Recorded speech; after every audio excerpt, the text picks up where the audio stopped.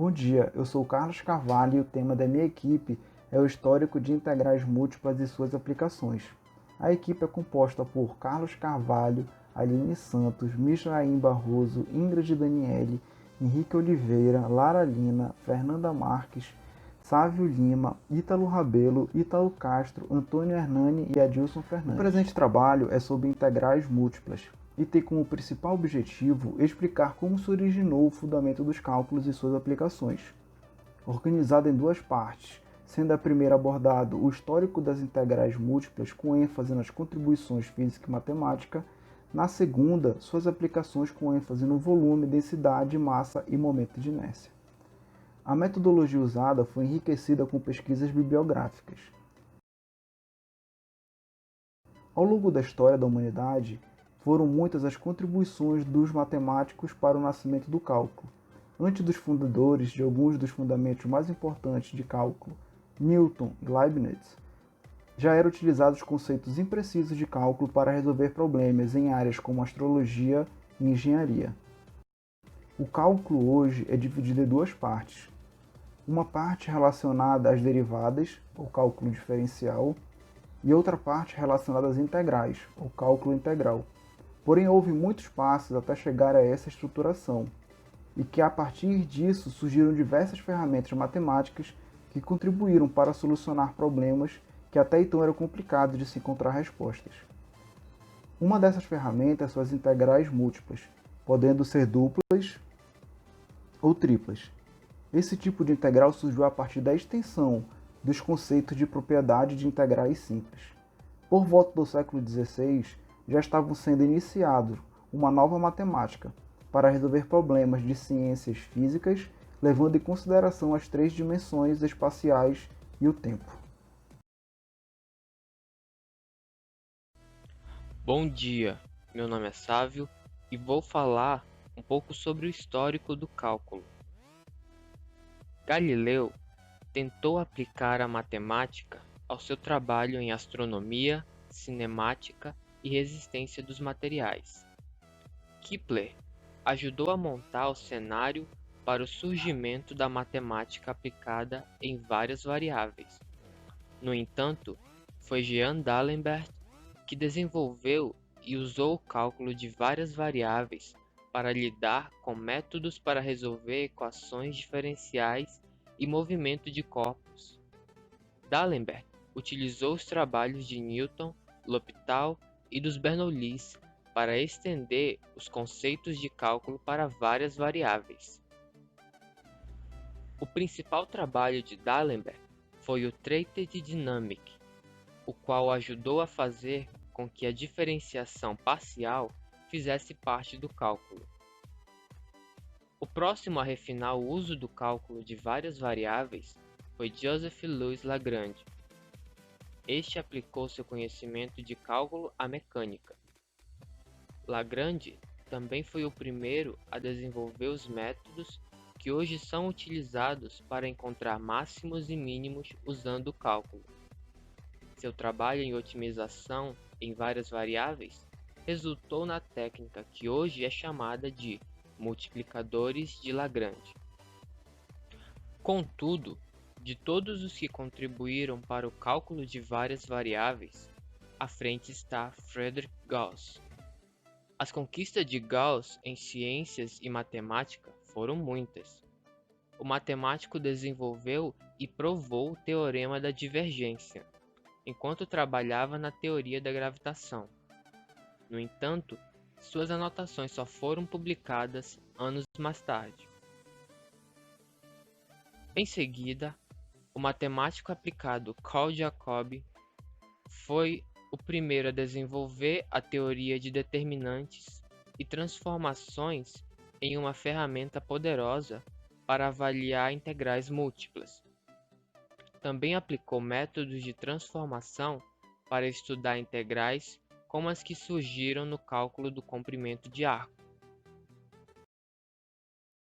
George Stokes aplicou o cálculo de várias variáveis para estudar hidrodinâmica, elasticidade, luz, gravitação, som, calor, meteorologia e física solar. No entanto, ele não foi o primeiro a desenvolver o chamado Teorema de Stokes, pois aprendeu grande parte com Thomson em 1850. Bernard Riemann, juntamente com o físico Wilhelm Weber, foram os responsáveis por introduzir as ideias básicas da geometria diferencial. Riemann continuou a estudar e a contribuir com o cálculo de várias variáveis, aplicando resultados em dinâmica e física computacional. O matemático italiano Guido Fubini avançou tanto a teoria como as aplicações do cálculo de várias variáveis. Seu trabalho aplicou matemática à ciência e à engenharia. Ele provou o método de avaliar integrais iteradas e utilizou o resultado principalmente em mecânica e física. No final do século XIX e no início do século XX, vários trabalhos refinaram ainda mais os resultados de várias variáveis, utilizando essas técnicas em várias áreas das ciências e engenharia.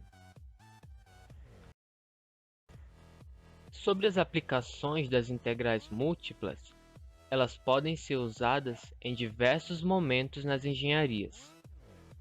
É graças às integrais duplas e triplas que se tornou possível a solução de problemas que durante muitos anos não tinham resposta. Usamos integrais duplas e triplas para calcular volumes, área de superfícies, massas e centro de gravidade de uma região geral. No volume, se aproximarmos um sólido por colunas retangulares e aumentarmos o número de colunas, o limite da soma dos volumes das colunas será o volume do sólido. Através desta aplicação, pode-se calcular o volume de vários sólidos geométricos que até então representavam um grande problema para a geometria comum. Ela permite calcular o volume de qualquer espaço compreendido entre f de xy e o plano xy. Bom dia, o meu nome é Lara e eu vou falar sobre as integrais duplas em algumas dimensões físicas como a densidade de massa. Imaginemos uma lâmina, uma região D no plano XY, e cuja densidade no ponto XY em D é dada por P XY, onde P é uma função contínua sobre D. Observe esse seguinte esquema, onde tem um pequeno retângulo contido aí nessa área, nesse D. Isso significa que P XY é igual ao limite de ΔM dividido por ΔA.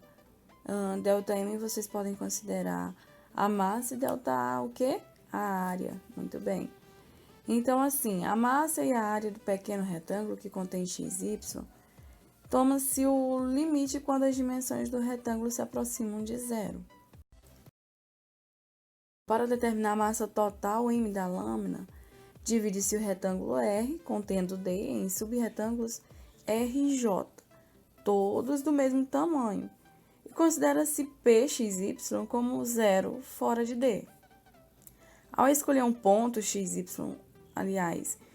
J e YJ em RJ, então a massa da parte da lâmina que ocupa RJ é aproximadamente P de X e J, Y e J, ΔA, onde ΔA é a área, como eu já disse antes, de R e J.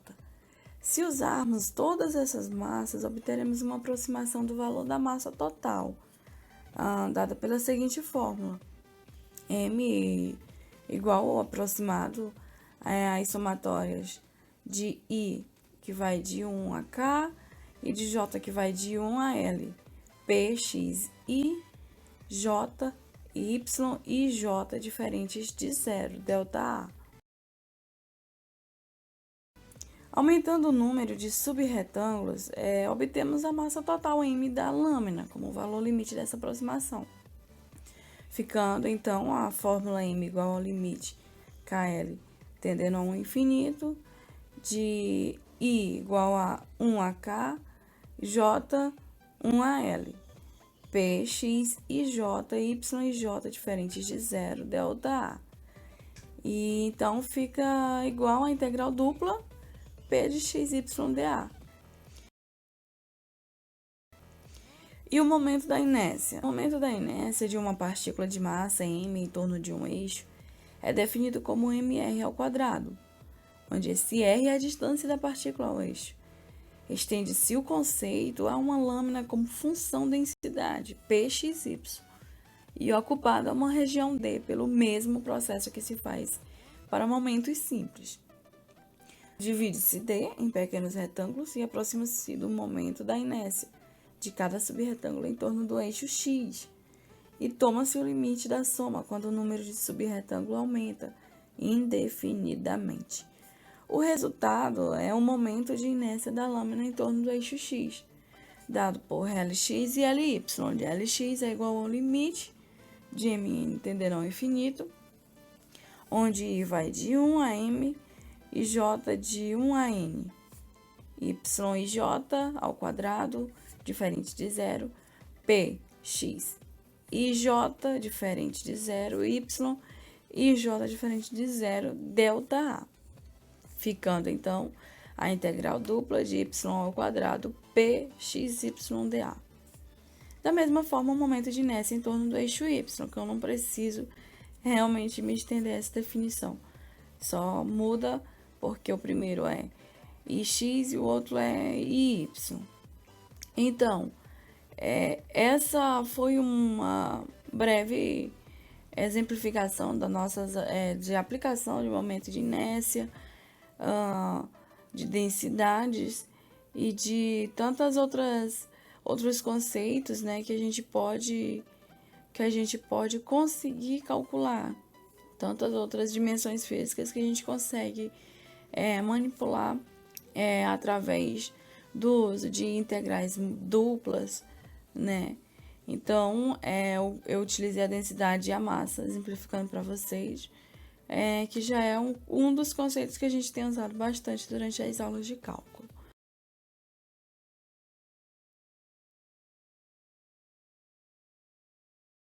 Nesse presente trabalho todo nós vimos sobre o histórico de integrais múltiplas e as suas aplicações.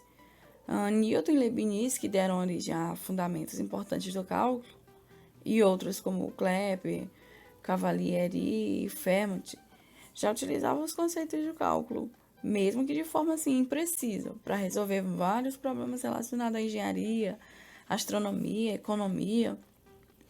E vimos também como o cálculo hoje ele é dividido em duas partes: derivadas, cálculo diferencial, ou cálculo integral. No entanto, é importante compreender que houve um grande processo até que acontecesse essa formalização toda, ou estruturação. As aplicações das integrais múltiplas podem ser usadas em diversos momentos nas engenharias. E graças às integrais duplas e triplas, foram possíveis as soluções de problemas que durante muitos anos não tínhamos respostas. Através das aplicações, calculamos volume, densidade, massa e momento de inércia aqui. Obrigada pela atenção de todos e tenham um bom dia.